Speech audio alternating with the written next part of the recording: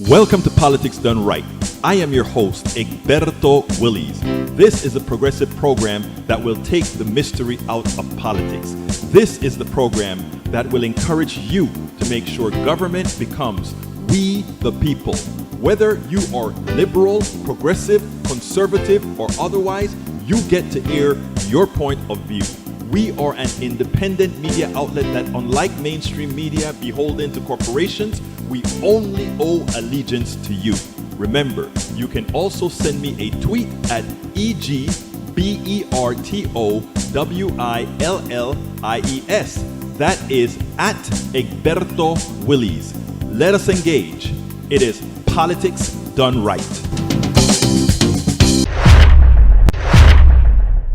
Well, folks, welcome to one more edition of Politics Done Right. I'm Egberto Willies, your host. Thank you so kindly for being a part of the show. We are going to have a great show for you today. As usual is what we say. Welcome, Michael Rudnin. Welcome, Bridge MCP. Bridge, order t-shirt. Hey, Bridge, thank you so kindly. You are a great supporter of Politics Done Right, a great supporter of moving the positive message, the positive progressive message that we want all to know is the real thing. Thank you so kindly for being here. We are going to have a great show for you today, including a 15-minute piece that I did with the Improv here in Houston about the book It's Worth It. I think you guys going to like that. I thought it was kind of cute the way they kind of made some fun of my story, but it's going to be all great. Bruce Pollard, hey, how you doing? How you doing, folks? We're going to have a great show for you today. What is the show about? Let's go ahead and get busy quite early. Well, actually, we don't need to get busy quite early because today is not one of those days that I think I'm really all pressed for time. But here's the deal. It's official, right? I mean, it seems like Joe Biden is now president-elect. The president is slowly giving in. Not that he needed to. We didn't need that. If he didn't get out of the office, we would have just gotten a sterilized, well-fumigated hauler to get him out of there. But you know what is interesting? I sure hope that the president that's funny. I sure hope that when Biden gets into the White House the first day, well, actually, I hope he does not go into the White House the first day. That place needs some major fumigation because that place is infested with God knows what, coronavirus, and God knows what else is in there. So before he gets in there, I hope he has a fumigating crew to do the job and get folks out of there. Julie Henderson, welcome aboard.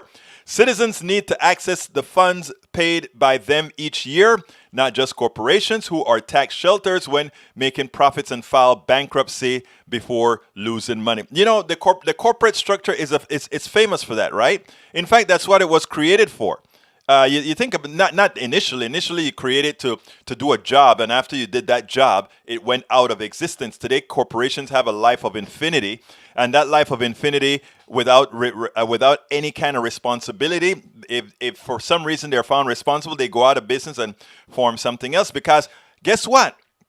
While you can lose your shirt in bankruptcy, a corporation can go ahead and fix its assets in such a manner that doesn't happen. So you get the point, Julie Henderson. Welcome aboard. Let's see, Michael Rudnin, Bridge MCP. You ain't black, Julie Henderson. I got Bruce Pollard already. It's great coming. Okay, let's see. What is the show going to be about today? Let's go ahead and get that onto the screen. The show today is going to be we need a huge stimulus to prevent disaster, comic relief using It's Worth It, and more. Today we discuss a necessary stimulus package to prevent economic catastrophe. We also have some comic relief and video. So what I'm going to do is I'm going to start with giving you the Ted Cruz regrets this COVID-19 prediction. Not only was he wrong, but he appears to be willfully inept. But then again, he is true to form. So check out Ted Cruz and then we'll take it on the other side. Ted Cruz, the great debater, the guy that is supposed to be super eloquent. He's intelligent. But you know what? It's just a facade. He's a great actor, just like many others who've been great actors, but have very little upstairs. Remember this prediction? Check this out and then we'll take it on the other side. if it ends up that Biden wins in November, I guarantee you the week after the election, suddenly all those Democratic governors, all those Democratic mayors will say, everything's magically better. Go back to work, go back to school. Suddenly the problems are solved. You won't even have to wait for Biden to be sworn in. All they'll need is election day, and suddenly their willingness to just destroy people's lives and livelihoods, they will have accomplished their task. That's wrong. It's cynical, and we shouldn't be a part of it. What is cynical is what he just said. The question is, do you believe? Look, I understand that these guys have the people who follow them, their sycophants, those who think that Ted Cruz is any good, those who think that Donald Trump really cares about them. I can understand those people listening to their master, listening to Ted Cruz, listening to Donald Trump saying, hey, the virus is not real, or the virus is a hoax, or the virus is not all that bad, even though we have recordings with him saying, this stuff is worse than the flu. This stuff is dangerous. But, you know, he passed it off on his people and they believed him. But you wonder when it is Ted Cruz and these other guys starting to believe the crap that they talk. And that is exactly what Ted was doing there. He actually started to believe the crap that he spoke. That somehow magically after the election that COVID is not going to be the story anymore. If he really believes that, you have to ask the question, either one of two things. He also does believe in herd immunity and believe that somehow most people believe in herd immunity. And as such, we're going to forget about all those people dying in the hospitals. Or just maybe, which is likely the correct assessment, just maybe, this guy isn't all that smart after all, Donald Trump destroyed him in the primaries by attacking his wife. Does a man not defend his wife or vice versa when attacked the way he did? And shouldn't he really hold the president accountable for that? Of course not. Again, what we're looking at is deeper than just sycophancy. It's deeper than just abiding by Donald Trump. This is a disease. It's a disease that is capable of bringing out 70-something million people for pure and utter evil. Think about the amount of work we have to do to bring all these folks, or a lot of these folks, back into the fold, to put some humanity back in a population that has completely lost it. Yeah, so what do you believe? Do you believe that brother Ted Cruz could really believe that somehow after the election, we're going to forget people are dying, we're going to forget people are losing their loved ones, we're going to forget that people are having a hard time, that we're going to forget these things? You know, I talk a whole lot about projection, right? Projection. What people generally do many times is the bad that they throw onto others tend to be the bad that they have within themselves.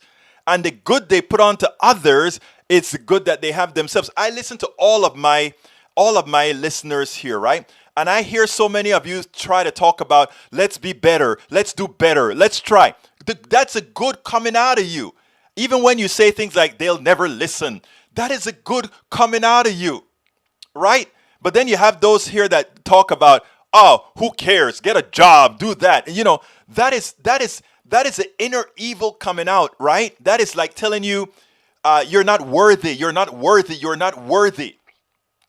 You know, I was talking to my daughter while I was out there in DC, you know, and I looked at her and I went to get some tires, and they gave me a good deal to get 4 tires for her car.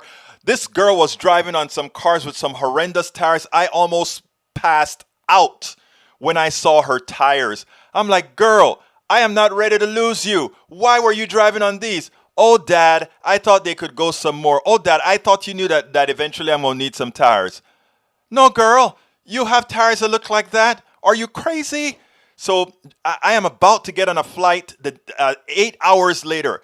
I'm looking for a place. Luckily in DC, there's a place that was open up until midnight. I get there at around, I guess it was around, 10 o'clock or so, and said, hey, guys, do you have 4 tires? They changed the tires. And They were so nice. I'm like, this is my daughter's car. It's an older car, and we need to really economize on money because money is tight right now. All of that. I'm talking to the guy. The guy said, "Okay, I'll give you a deal." He gave me a great deal. And so we got the 4 tires on the car, and I came home, and my daughter said, "Wow, Dad, that is great. How'd you do that?" I'm like, "Let me tell you something beautiful. Most people are good people. Most people don't want to do harm. Most people are not capitalist. Most people really want to do good. They want to make profit for themselves to live, but they don't want to hustle it from you. They don't want to take you for what you're worth. That is one of the reasons I gave you some of the stories about me selling my product to Boeing and charging a lot less than other folks would have charged, because it was about eventually the person that's paying that bill is the person that doesn't have pricing power, that person to the bottom of the totem pole. Everything always goes to the person that has the least power, the least pricing power. So those of us who have the wherewithal to do certain things, when you find yourself in that level of the chain that can influence others, that is where your goodness or lack of goodness come out. And if you take a look at all the corporations and the executives at the top of the corporations, they are pleasured. They are given a pleasure to maximize profits for the least who work. That is a definition of most executives. Maximize the profit for the shareholders and their bonuses, which means taking away from most of you who are actually doing the work. And what you find though on the bottom of the line, these guys that worked with me with the tires, they're the ones they're working under the company, and they're saying, how can I best help? How can I be a good to you? Even though I'm on commission, I see that you need a helping hand, and I'm there for you. You go ahead and you see the guys who did the ventilators for all the people that are dying of COVID. They were in for it for how can I best turn that $1,500 ventilator into a $10,000 or $20,000 ventilator. You see? That is the difference, folks. And what our business schools teach people, as they teach them the utmost unfettered capitalism, is how to best make a profit without telling them the second part of that equation. The way that you are so much able to make maximal growth is at the expense. It's of the expense of those, the least, who can afford it. And if business schools were teaching the right kind of business, free enterprise with humanity, think about where we would be. And what the people on the right don't get, and I'm not talking about the average person on the right because they just don't know. I'm talking about the leaders of the right, as well as the leaders of the left who are the elites that want to keep the same capitalist system that grabs the holy flesh and blood out of most Americans. When are we going to insert the humanity?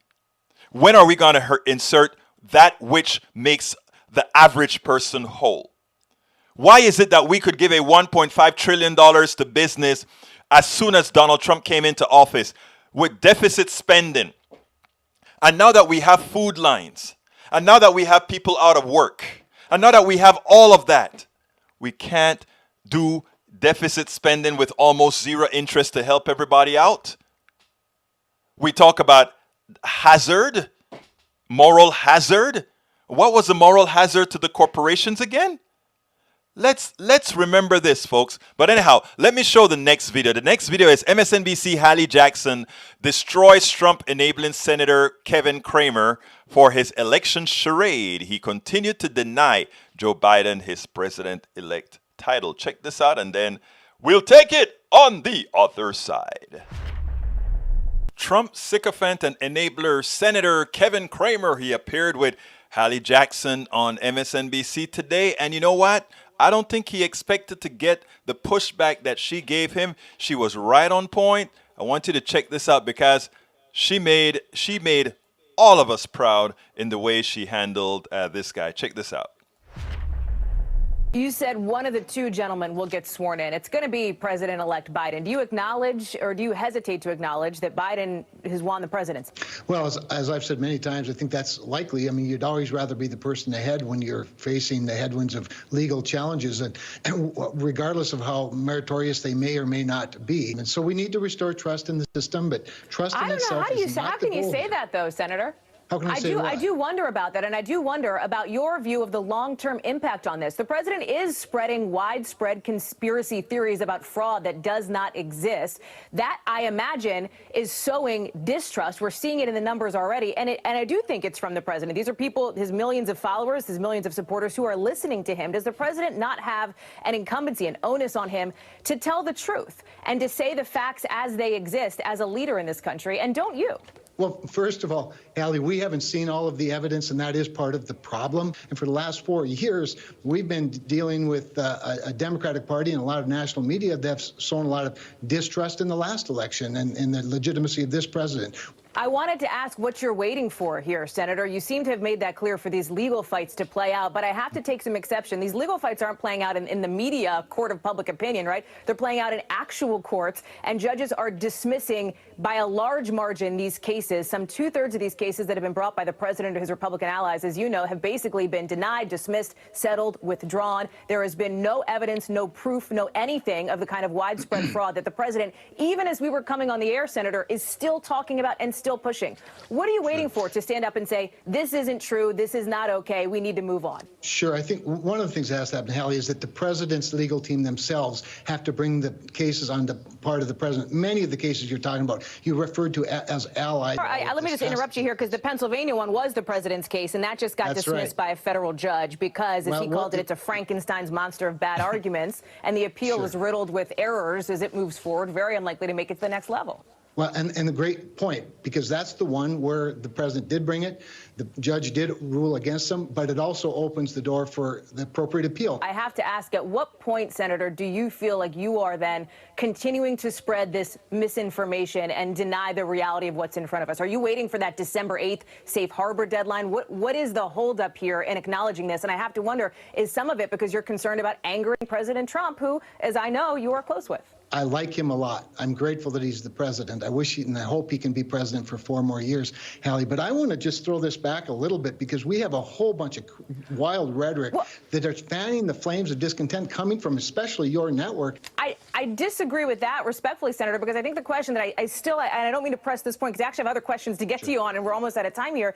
It's the point that I want to get to you on. If the president continues to invalidate this election moving forward, which he has sought to do, he has sought to just factually, on an objective basis, raise questions about the legitimacy of the election that are unproven, unfounded, and dangerous to this democracy. That is just an objective statement here. What's to say, then, that the distrust that he's sowing is not going to affect, for example, your reelection, your victory moving forward? How do you expect voters to believe that you've won if they don't believe winning now based on what the president's saying? Well, let me tell you what Republican voters aren't doing. They're not smashing windows. They're not burning cars. They're not beating up Democrats coming out of Joe Biden events. Well, this is taking us in a very different direction, Senator, because that's not happening based on the results of this election. I wonder if you guys ever questioned the legitimacy of the Mueller investigation that had no evidence, or the impeachment that had no evidence. Well, I think this is a left-hand turn here, Senator. I think it's clear that you've made your point clear and have not acknowledged, of course, the incoming president-elect. She was so respectful in the way she rolled him. So respectful in rolling him and make him look to the audience as the sycophant that he is. She just told it like it is. Donald Trump has all these things. He's messing with our democracy. But you know what? It's clear, Senator, that you don't care. If we continue to press these sycophants and these enablers in that manner, I think we will actually not only move the country forward, but change some of the views of the people who are following Trump himself. Because what happened in the past is there was very little pushback. They would allow these guys to go on and on and on without presenting the facts to force them into answering the pertinent question. Ada Jackson, great job.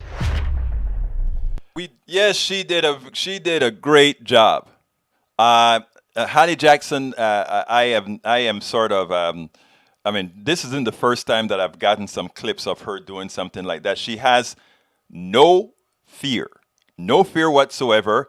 And again, she was very respectful, unlike what Daniel Ledo is saying. It just shows you that, folks can decide to say things however they want. Okay, let's talk a little bit of stimulus here before we go into the other piece here. Okay, I came across this article that I couldn't agree with more because, but you really need to get the picture of what's going on here.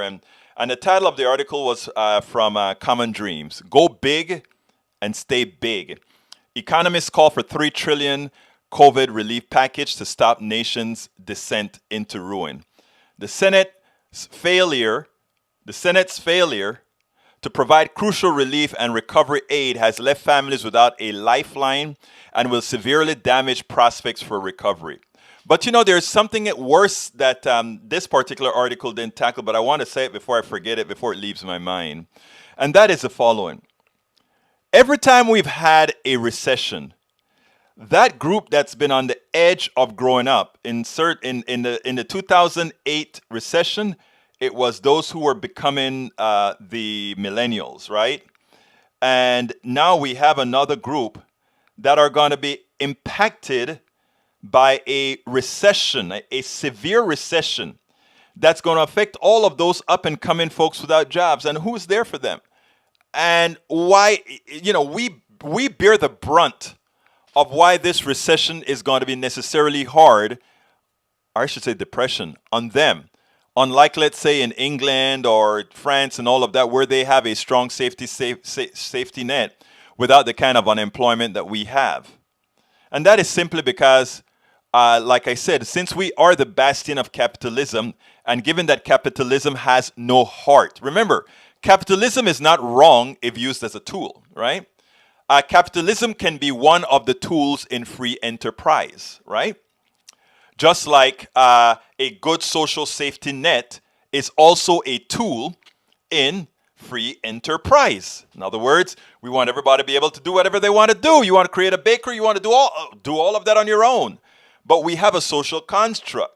That social construct says healthcare is a right. And as such, our businesses and our model circles around that reality. So that if you get a stroke, like my daughter did at a young age, it doesn't mean the end of your future financial success. So that if you're unlucky to get hit by a car who doesn't have insurance, that you are not forever maimed. There are a lot of reasons why we should separate social constructs from capitalist constructs. Free enterprise allows them all. Where we need social constructs, we have those. Where we need to have that type of a construct that capitalism is good for, that dog eat dog kind of a world when it comes to, if I want to create a cell phone and you want to create a cell phone, if my cell phone is better than yours and I have a better marketing budget than you do, I can put that out. Who cares if who cares what happens? Nobody's lives depends on it. But brother, what we have here, unadulterated capitalism, where we want to make everything a product, your healthcare a product. No. That kills. That is inhumane. And we need to learn that. Anyhow, this is what the article said. To forestall the nation's ongoing plunge into financial devastation as some crucial relief programs expire and others are recklessly terminated by the Trump administration, economists are calling for a $3 trillion debt-financed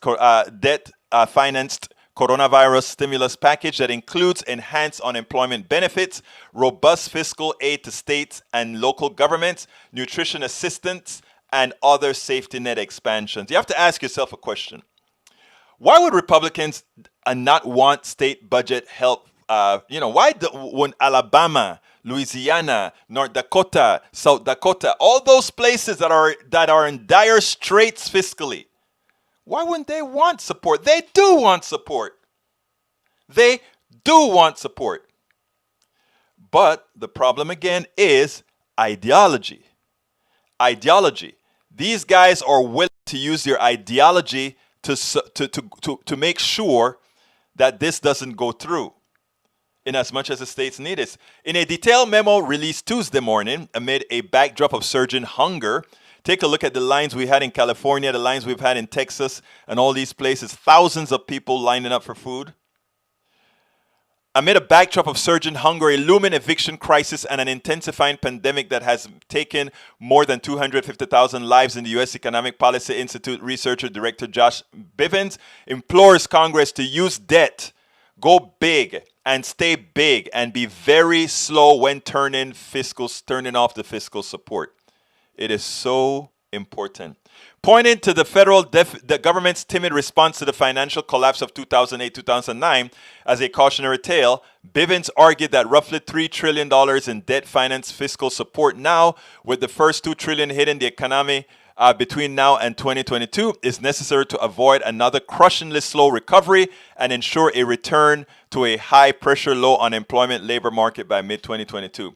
Notice they mentioned the 2008 Obama stimulus. The 2008 Obama stimulus was ridiculously low.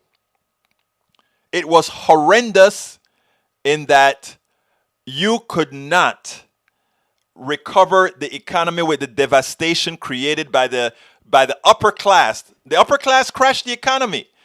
They try to make it seem like, oh, people with mortgages that they couldn't pay. People took out mortgages they couldn't afford.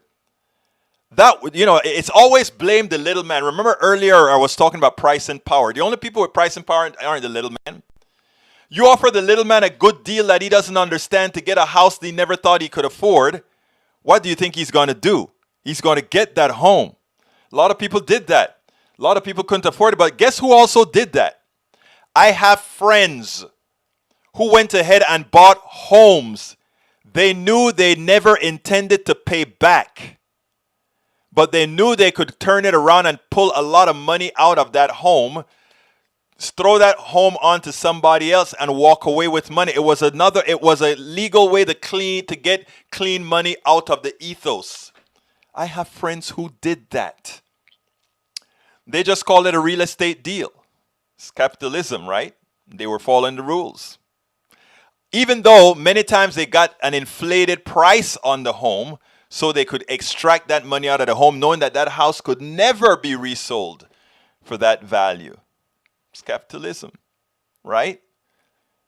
So let's remember this. All this moral hazard crap about the reason why we're not going to do that is because somehow it'll encourage people not to work. It'll encourage people to do the bad things. No, our current economic system encouraged those on the top to screw you all by creating financial instruments that you're going to use. And you know what they even did? I want to give you guys a little caveat. I'm going to back out of this article because I want to get on my capitalist friends a bit here. And I want you to understand this. So everybody listening here, take out your pens and no, not really, but I want you to understand what happened here. Earlier on in our system, before the 2008 crash, they wanted to make money heads and foot, right? So what they did, they got a lot of people who couldn't afford homes to buy homes. Initial very low interest rates, balloon payments at the end, or they had to refinance. So they got a lot of people into the home where they were only paying interest on 3%, so they could buy a lot of house and pay very little. These guys knew those debts were bad debts. They looked like good debts in the beginning when the people were paying their mortgage, which was going to explode in 5 years. They know it was a good bet to make for those 5 years, right? But what they did is they went ahead and insured that paper. And the way they did that was an interesting way. They were called credit default swaps. They created a lot of derivatives. And these derivatives did the following. They took good loans, split it up with medium loans, with other loans that were not very good, and created yet another financial instrument. So this financial instrument here comprised a piece of that bad loan, a piece of that mediocre loan, a piece of that great loan, and then they gave that some sort of a rating, a good rating. It was a rating above junk bonds, so they could sell it. They could sell it. You have to understand, all of these were false monetary structures created by the elite, created by those people. And guess what they did next, right? Everybody needs insurance to make sure they don't go under, right?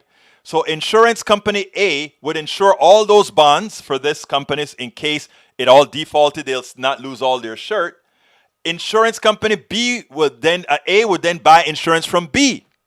Insurance company B would buy insurance from insurance company C. And then insurance company C would buy insurance from insurance company A. So in effect, insurance company A was many times insuring itself. So therefore, if insurance company A faltered, right?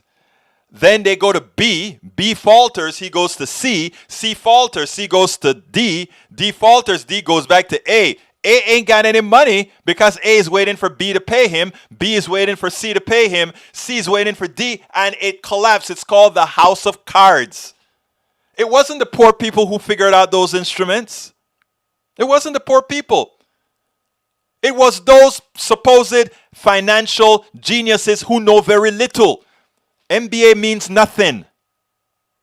It just means we find a way to make some money in capitalism. And when the system crashes, you, the people at the bottom, you pay the price. And they get a $1.5 trillion, or in that case, they got a several $1 trillion bailout, and you never get the money. And when you need to recover from the crash that they created, when you need help because they created an economic system that failed, they tell you, can't do that. We can't tax the rich to take care of you when the rich took all that you had. They took it from you. They stole it from you. Legally. And when they're asked to make the people at the bottom whole who had nothing to do with the destruction of the economy, they just wanted to go to work, pay their bills. That's all they wanted. Even with the coronavirus, all they want is to pay their bills. The coronavirus, they want to say, well, there's this stuff is happening. Okay, they want you to, in the case of Trump and those guys, they don't want you to stay home. They want you to go to work. You got to go to work. You got to go to work.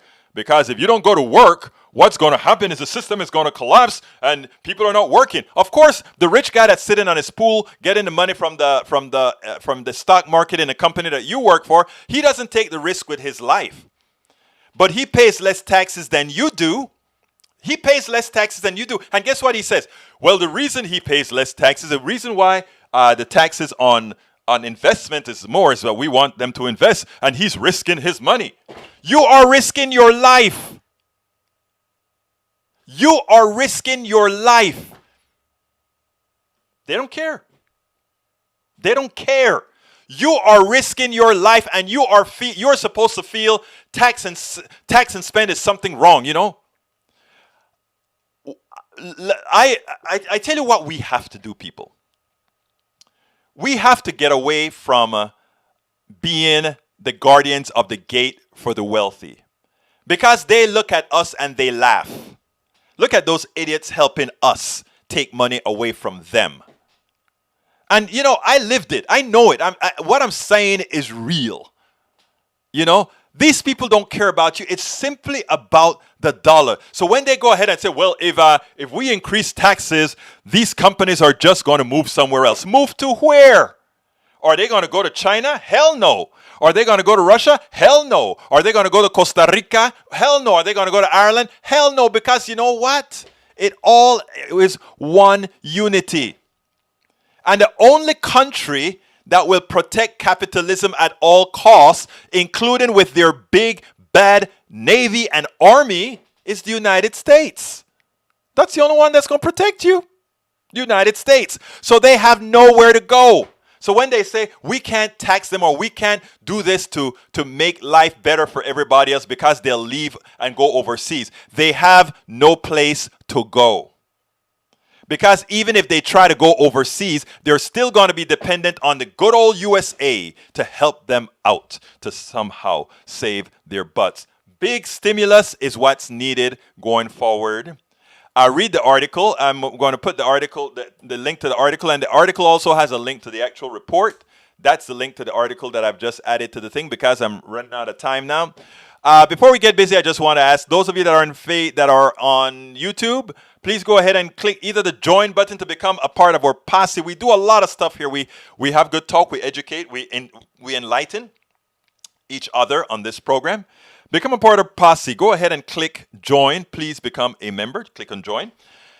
If you are not on YouTube, you can still become a YouTube part of our YouTube posse by just going to politicsdoneright.com/YouTube, politicsdoneright.com/YouTube. Join us. It's only $1.99. And that's it. That is how you buying less than a cup of coffee for yours truly and all this equipment that we have here to do what we do, to cut the videos, all that good stuff.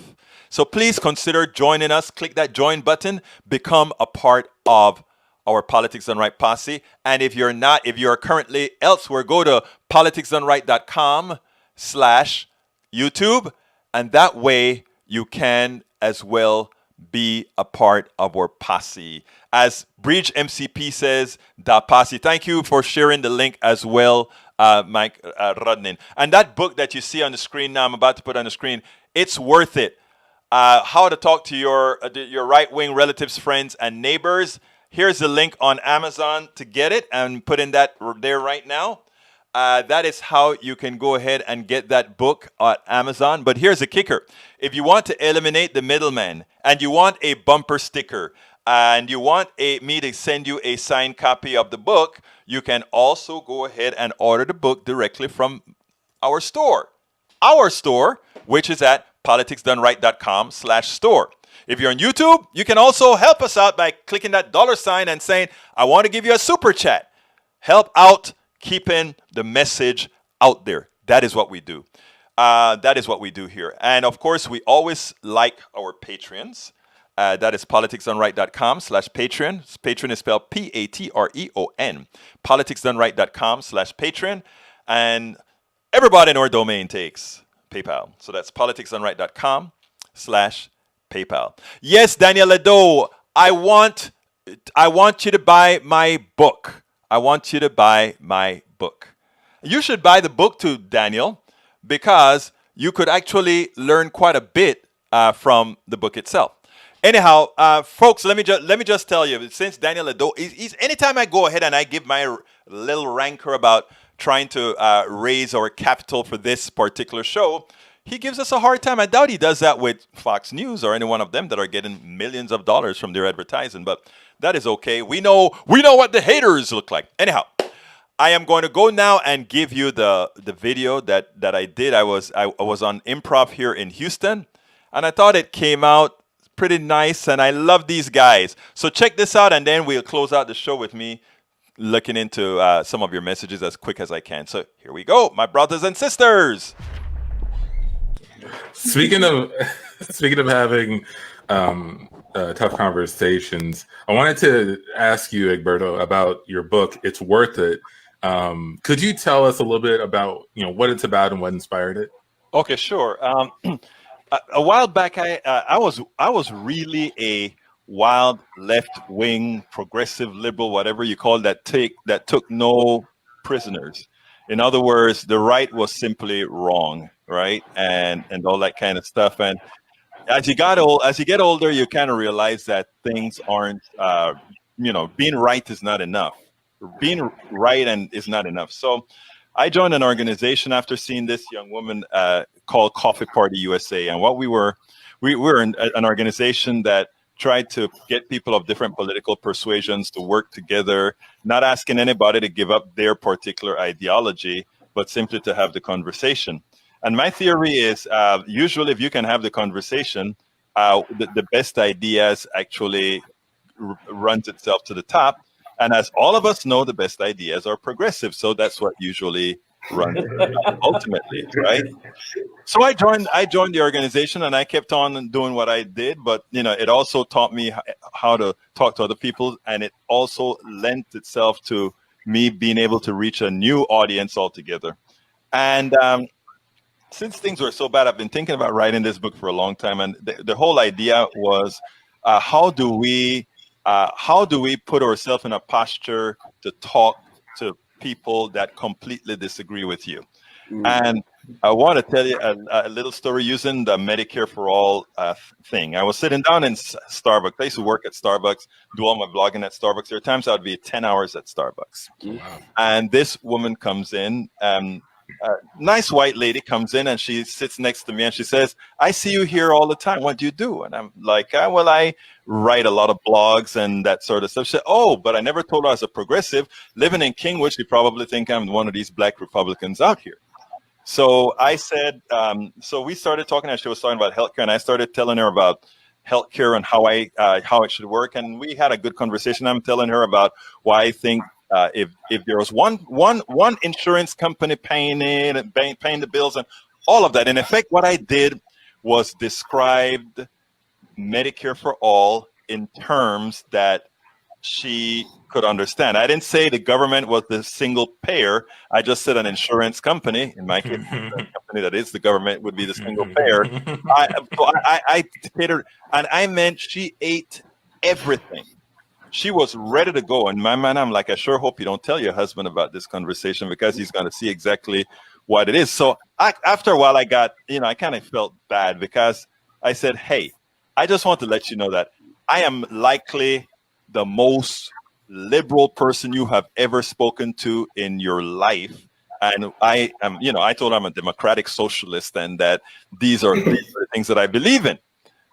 She looked me straight in the eye. She turned red like a cherry. And she said, "But you're so nice." Wow. And I looked at her and I said, "You see, ma'am, we're all nice. The caricature that you see on TV is not what we're all about. We're all trying to find the same things. And like you see, you actually liked what we're talking about." And she, at first, after the shock left, she just, she just had that stare in her eyes, like, wow. When she's leaving, she was like, "Great having the conversation," or whatever. "I hope to see you here more often so we can talk about these things." So, I mean, the kind of stuff that I talk about in the book really works. But what I kind of catered it with as well is not only how to talk to these people, but to make sure that progressives have the talking points. So a lot of this book has the talking points on Medicare for All, what the Green New Deal, and all these different things in a language that people can see. It's not only terms. Why is it that an economy doesn't work? Why is it that these things are supposed to work the way they do? And I think that was that was kind of where we're coming from when we wrote the book. Awesome. What's your goal? Like, if you say, okay, this is my life path. This is this is where I'm going to be. What's your goal? Like, do you have like a certain percentage of people that you'd like to kind of change the way they think? Are you happy if just one person does it? What if you could have the perfect scenario, the perfect ending? What's the goal? From 30,000 feet, I want to change the world, right? Now, on the individual basis, I love what you just said. I believe in doing it one person at a time. And I think if all of us do things one person at a time, because what happens is, the other day I was talking to somebody and they said, "What do you do?" And I said, the first thing I do is try to get them to like me, because if they like me first, they'll listen to me, right? They'll disagree with me, but I'll at least have the audience if they don't have that wall initially up. What I tell people is the biggest, the worst thing I think a black person hates is when a white person tells them, "You are not like the others." The best thing a black person likes to hear is that when they're talking to you, they don't talk to you as a black man, but they talk to you as a man. So there are two distinctions, right? One is like I remember one time I was out there, because at Starbucks, this particular Starbucks, a whole lot of folks like to come and have conversation. And if you want, I don't get upset often, but the one time when I get upset, it's when you're like, "Oh, but you're not like the others," and I'm like, BS. That is like calling me a reverse N or something like that, right? So no, that's not a starting point. That's because that is an excuse for you to have a conversation with me. In other words, you wouldn't otherwise have had a conversation with a black person, but because I have given you honorary whitehood or honorary something else, I feel okay to talk to you or to give you some, that is the excuse most racists use, right? And the bad thing about it is too many of us fall into that sphere where they think that is somehow a compliment. Mm-hmm. It's a passive aggressive, Right. bid. It's a form of aggression. It's not meant to build you up or build the relationship. It's, like you said, it's meant to kind of have this, disconnectedness with what you represent, right, and your identity. And you're right, it is terrible to have. What do you look like when you get angry? You seem like you're very easygoing. Oh, I can get angry. I can get angry, but again, doing video, radio, and all of that. The one promise I made is that you would rarely ever see me. I have full control of my faculty. Well, 99.9% of the times I have full control of my faculties. But after that, there's you get at my daughter, you're in trouble, man. We cut to a bus driving down the road, a long, lonesome road. And Amici, I gotta say, sitting here on this bus for the last 10 hours chatting with you, it's been great. It's been great. I've been loving every second of it. It's really great meeting you. I have a bit of a confession I want to get out. I probably should have said this sooner, but if I take this hat off, you'll see that I'm actually a human-sized alligator, and I just didn't want to freak you out. What? Yeah. I'm actually. Yeah, I'm wearing clothes, right? I got the shirt on, but if you look at my hand a little closely, you'll see it's actually a claw. Oh my God! I didn't know. Yeah, and I have. The hat was obscuring it, but I have a really long mouth that could crush bone if I really wanted to. Yeah. But I'm still the same alligator. I'm still the same guy that we've been chatting with the whole time. I have my views on Friends and which Chappelle special is the best one. Mm-hmm. So is that okay with you? Are you good with that?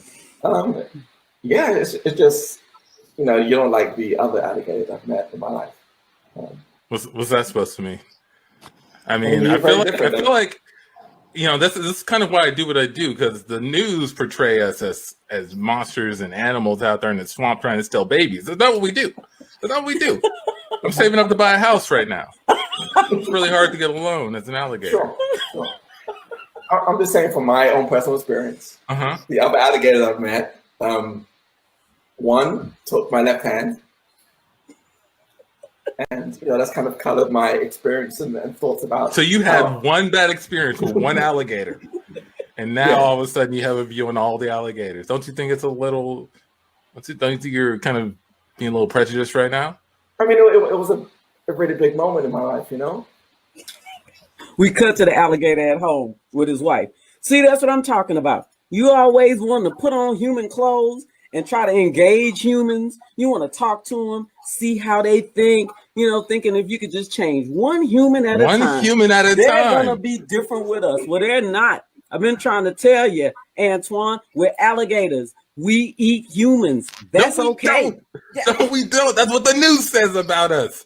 That's what the news says. We're carnivores just like them. There's nothing wrong with eating humans. That's what we have done. That is who we are. Let me take my human clothes off before you start saying this stuff. See, that's what I knew. I knew when I bought those. A rock crashed through the window with another one. So Lord! Get out of here, Gator. See, you see this? You see?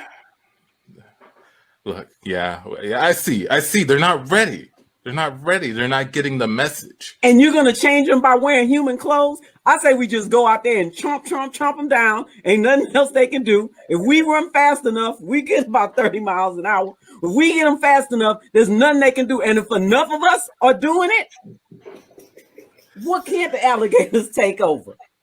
That's what I'm trying to avoid. I want to be peaceful here. I want to be the nicest alligator they've ever met.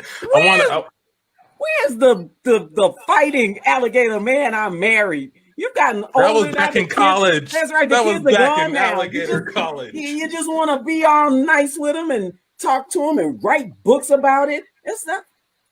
I don't know. What? What don't you know? What? I'm still the same alligator. I'm just going about it a different way. I'm trying to speak their language. The way we doing it is we're just gonna butt heads. We got to Amitri's house. Hey man, everyone! Thank you so much for coming to my birthday party. I really appreciate it. Yeah, I appreciate it. The invite surprised me. Okay. Hey everybody, my alligator friend is here now. What? Whoa. You got an alligator friend? Hold on. Yeah, I do. He didn't bite you or nothing? No, he's very articulate. He's very articulate. Hold on. Wait a second. You don't have to introduce me as your alligator friend. All right. I'm just another being that we can speak with. We can all be friends. It doesn't matter that I'm an alligator. All right. I'm not particularly articulate for an alligator. Amici, is this one of your projects? You always like working on some new thing every year. You go rescue a cat and you want to, bring it into the White House. Is this one of those things? Because I'm tired of it, honestly. I mean, it kind of is. Remember, I lost a hand to an alligator. I'm trying to get over that fear. That's what I'm trying to face this year. You never get over that fear. I mean, look at him. Look at his mouth. Look at his bone structure. I mean, my bone structure. Does anyone want to discuss what Chappelle's special is? Like a swamp right now. Amici, it's okay. I had an alligator friend once, long time ago, back in college. It's really nice. He didn't bite anybody. As a matter of fact, he had all of his teeth removed. He had his snout cut down. He went on to marry a regular human woman, and everything was fine with him. So you keep doing what you're doing. I like your project. Yeah, thank you. I don't think alligators need to have conversion surgery. I think that we're fine the way we are, and that as long as we can all appreciate what we bring to the table, maybe we can. Hold on, I think he's getting a little angry. Yeah, speaking of tables, a little angry, don't you feel? What are you going to eat today at this birthday party? I mean, I don't think alligators eat birthday cake.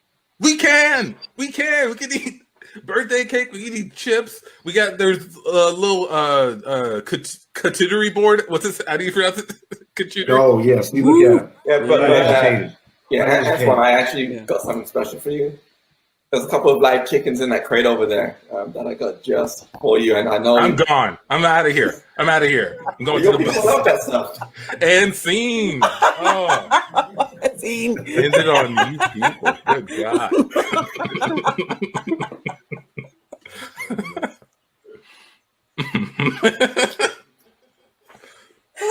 I like that. It's worth it. I just picture he had on like that trench coat like Raphael had in the Ninja Turtles when he was walking around New York with the hat and the trench coat. It's like a really high. Yeah. In New York, and people just like, ooh, I pictured him in a button down with the tie kind of loosened about the neck. He just got off of work. Like he just got off. He wanted to be relaxed.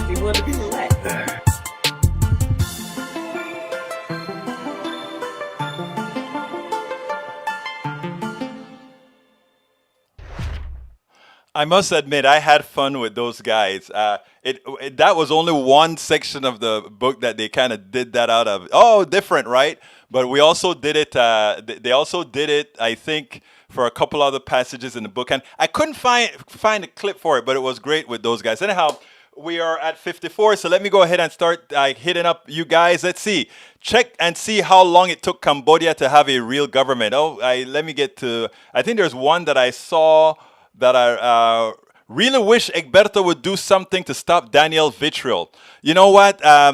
He gets his kicks out of doing that, and he gets his kicks out of your reaction. I don't block anybody. And, believe it or not, he's here for something, okay? I want everybody to realize that everybody that comes here, And when I go other places, not that just people come here, I go to other places that I don't particularly have an affinity with, and I do learn from other places as well. So I welcome everybody to come and listen to the conversation. Daniel Ledo may think that none of this matters to him, or that some of us lefties are crazy, but we have a lot of righties in here as well. Let me see. Let me go ahead. Nanette Bird says, okay, thank you, Nanette. Griefing and trolling gets them off. I hear you, Radnin. Bruce says, not an alligator, a crocodile. Let's see. Much later, Christine says much later it was that they could not make government if they would. Don't quite get it. I'll read that later. All right, let's see if there's anything I need to answer real quick. Norman Reynolds, how you doing? My brother, great to see you here. You know what? I didn't go through and welcome everybody. So here we go with the list. It's a big list, so I'm going to go through fast. Welcome aboard, Michael Rudnin, Bridge MCP, Bruce Pollard, You Ain't Black, Julie Henderson. Let's see, coming down.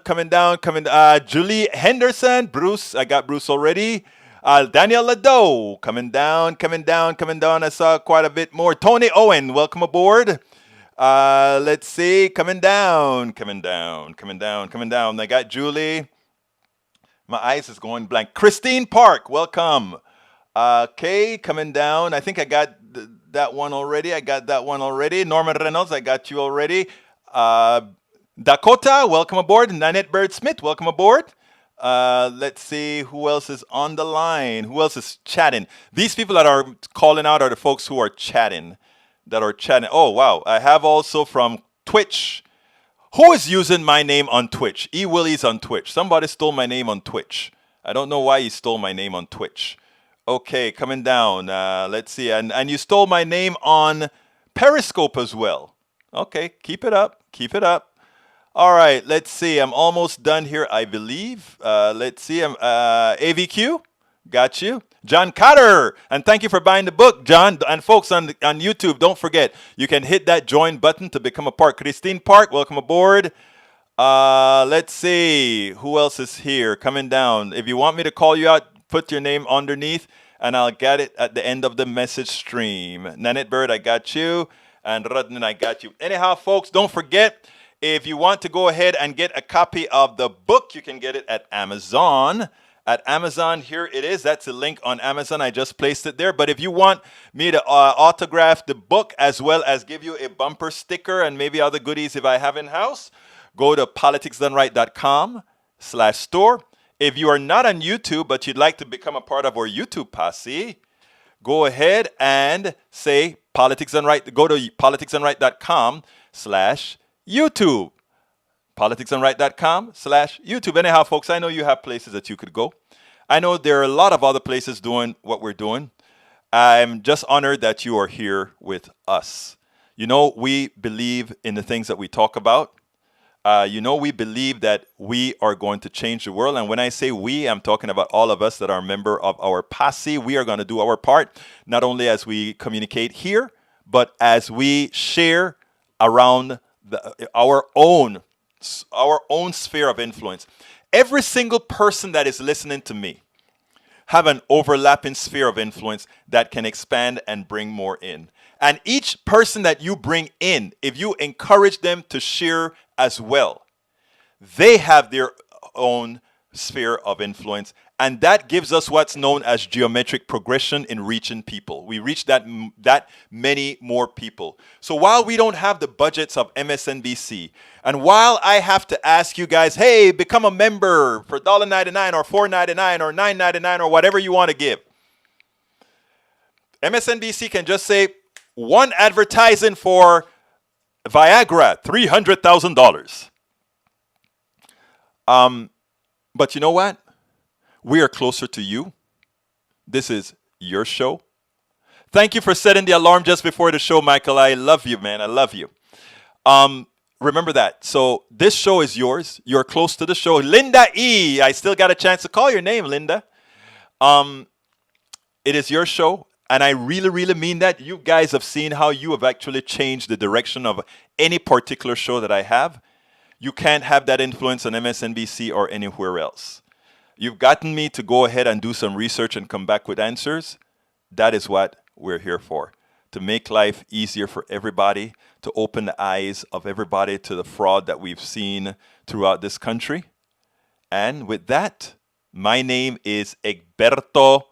You want me to change the name to Da Pasi Show? That's maybe I'll give it a second name, the Da Pasi Show. I like that, Brige. I like that. Anyway, my name is Egberto Willies. This is Politics Done Right, and you know how I end this baby. I am what?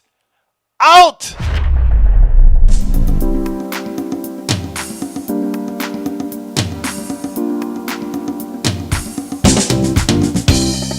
Welcome to Politics Done Right.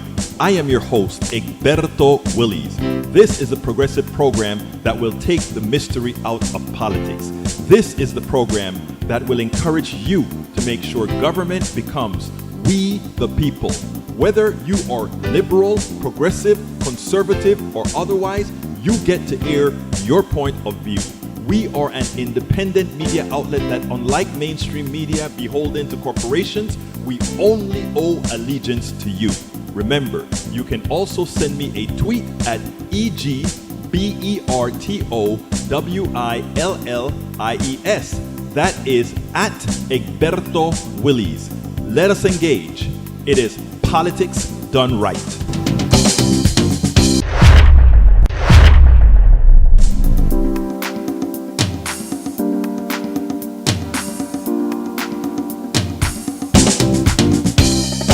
Welcome to Politics Done Right.